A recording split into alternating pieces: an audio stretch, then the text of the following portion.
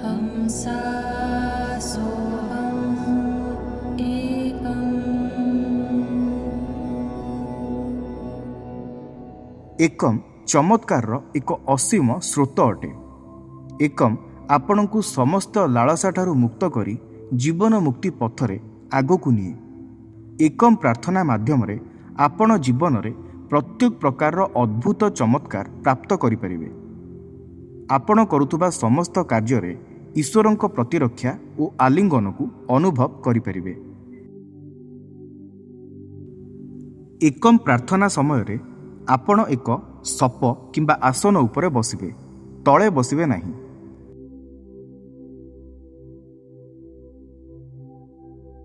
କାରଣ ପୃଥିବୀର ଏକ ପ୍ରବୃତ୍ତି ଅଛି ଯାହା ପ୍ରାର୍ଥନାରେ ସୃଷ୍ଟି ହୋଇଥିବା ବାୟୋ ଏନର୍ଜି ବା କୁଣ୍ଡଳିନୀକୁ ନିଜ ଭିତରକୁ ଟାଣିନିଏ। ଯେକୌଣସି ଆରାମଦାୟକ ଆସନରେ ମେରୁଦଣ୍ଡ ସିଧା କରି ବସନ୍ତୁ। ଆଖି ବନ୍ଦ କରନ୍ତୁ। 3 ଥର ଗଭୀର ଏବଂ ଧୀର ନିଶ୍ୱାସ ପ୍ରଶ୍ୱାସ ନିଅନ୍ତୁ।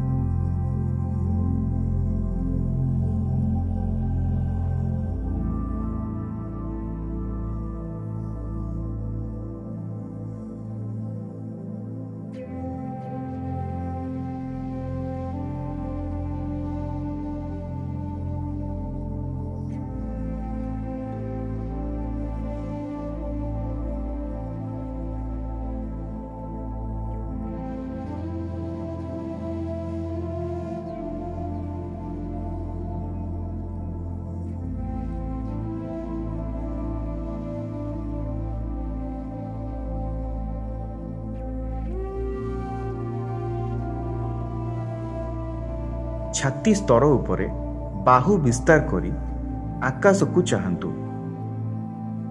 ଭଗବାନଙ୍କ ଅନୁଗ୍ରହ ପାଇଁ ନିଜ ଆତ୍ମାକୁ ଖୋଲିବାକୁ ପ୍ରାର୍ଥନା କରନ୍ତୁ।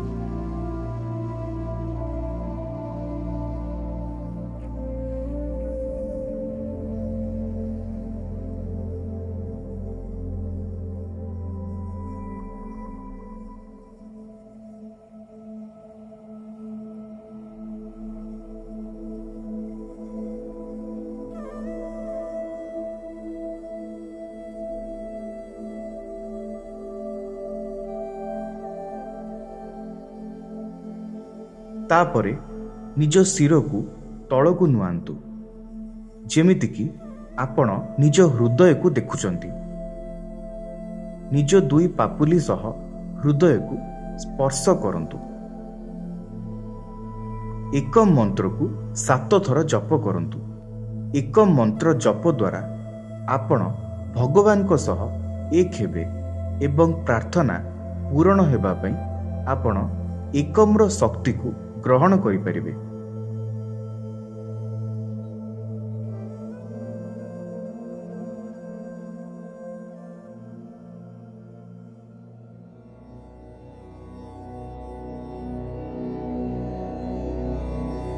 हंसा सोहम एकम्।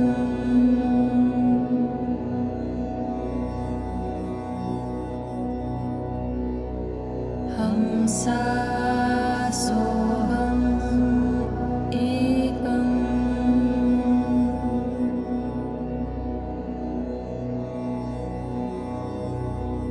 हंसा सोहम एकम्।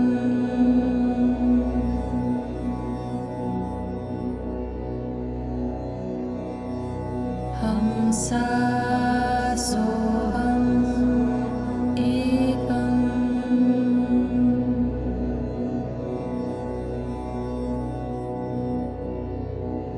हंसा सोहम एकम्।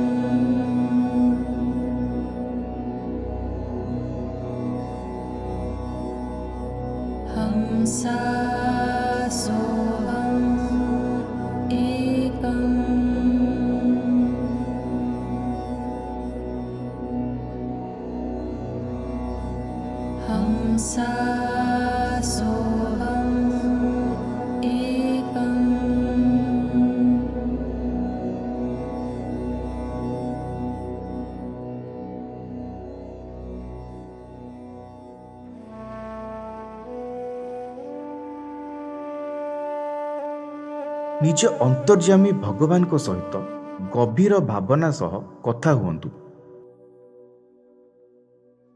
ଯେପରି ଆପଣ ନିଜ ପିତାମାତା, ବନ୍ଧୁ, ଛୁଆ କିମ୍ବା ପ୍ରିୟଜନଙ୍କ ସହିତ କଥା ହୁଅନ୍ତି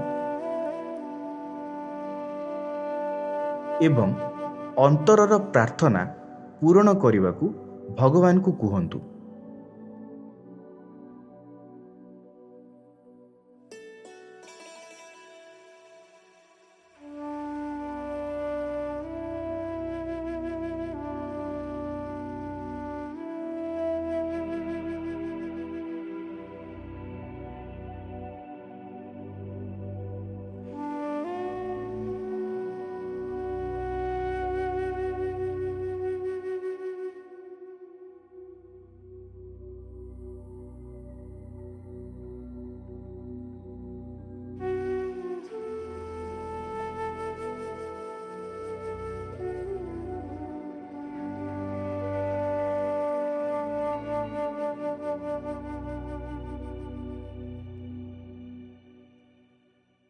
ଏବେ ନିଜ ମୁଣ୍ଡ ସିଧା କରନ୍ତୁ।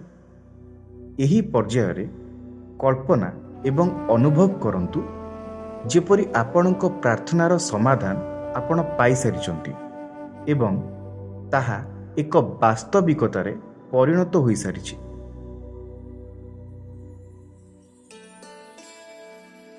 ଏହି ନୂତନ ବାସ୍ତବତାକୁ ନିଜର ସମସ୍ତ ଇନ୍ଦ୍ରିୟ ସହିତ ସ୍ପଷ୍ଟ ଭାବରେ ଅନୁଭବ କରନ୍ତୁ ଓ ଏହାର ଆନନ୍ଦକୁ ଅନୁଭବ କରନ୍ତୁ।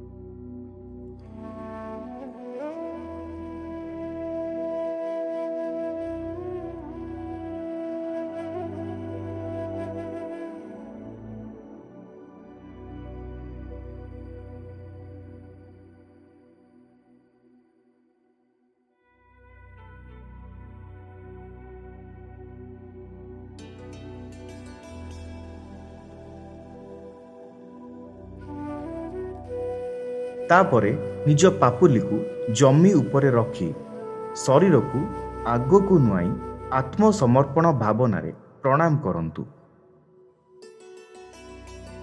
ଭଗବାନଙ୍କୁ କୁହନ୍ତୁ ଯେ ମୁଁ ସମ୍ପୂର୍ଣ୍ଣ ବିଶ୍ୱାସ ସହ ନିଜ ଚିନ୍ତାକୁ ସମର୍ପିତ କରିଦେଇଛି।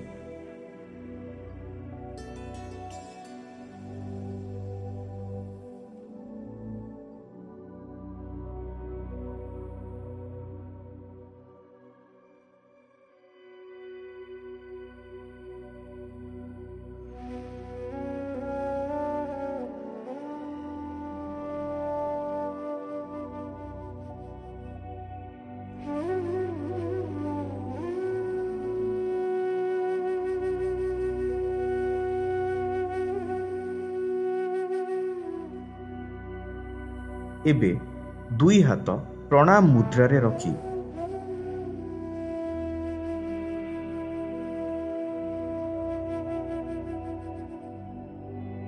ଈଶ୍ୱରଙ୍କ ଠାରୁ ପାଇଥିବା ଆଶୀର୍ବାଦ ବିଷୟରେ ଭାବନ୍ତୁ।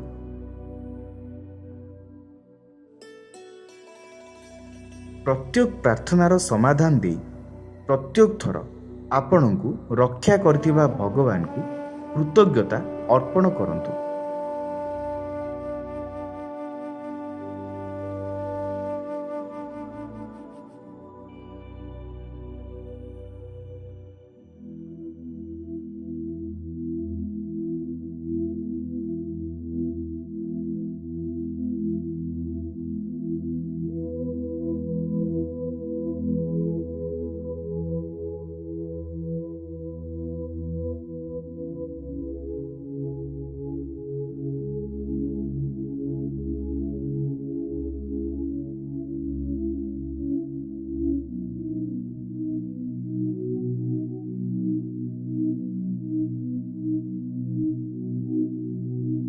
ଧୀରେ ଆଖି ଖୋଲିପାରିବେ।